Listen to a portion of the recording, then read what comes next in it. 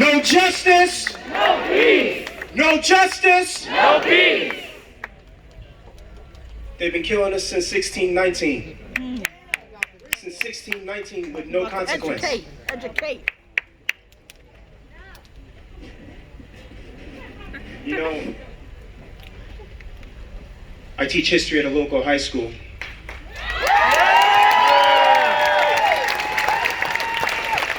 And I really believe that we're at an Emmett Till moment. For those of you who remember, some people like to say that Rosa Parks started that movement, but emotionally, Emmett Till's murder started that movement in the 1950s and 60s.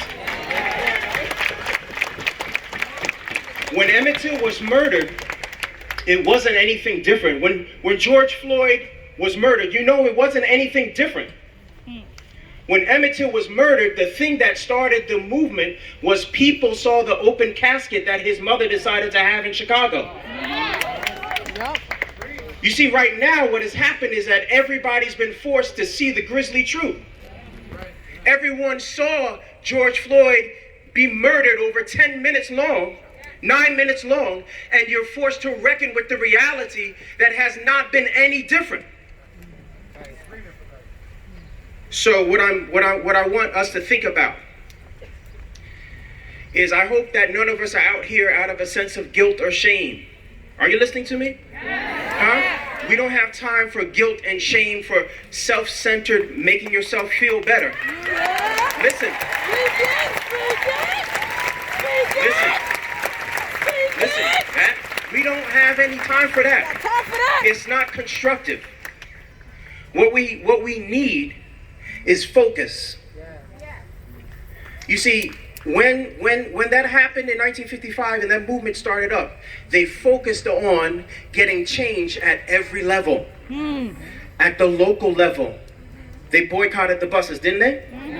At the state level, they challenged district attorneys. Didn't they do that? And at the national level, they put pressure on the president. Now, don't tell any lies out of school. Lyndon Johnson didn't want to sign those acts. He didn't want to sign those acts. He had the FBI after MLK. Isn't that true? They put pressure on the president to put him in the corner. You know what put pressure on him? The riots, the gatherings. Huh? Listen to me. Listen. We're not out here breaking up stuff. Isn't that true? Yeah. We didn't come here to destroy anything. But listen. Our presence must make people uncomfortable. Yes. When you are comfortable, you will not move. When you're uncomfortable, you might move, you might roll over. Are you listening to me? Yeah. We've got to make people uncomfortable. And let's think before I sit down, stand down. An arrest is not justice. Upgraded charges are not justice. A conviction is a start.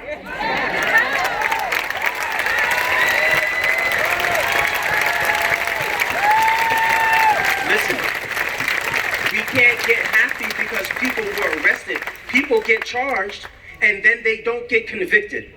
We can't get happy when they're convicted. People get convicted and the people on the street, the police still do the same thing.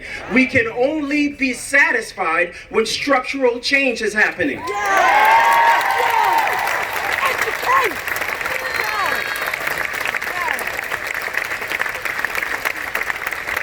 District attorneys have to be willing to prosecute police officers. Legislators have to be willing to change the laws that protect police brutality. That's when we can stop making people feel uncomfortable. But until then, no justice, no peace.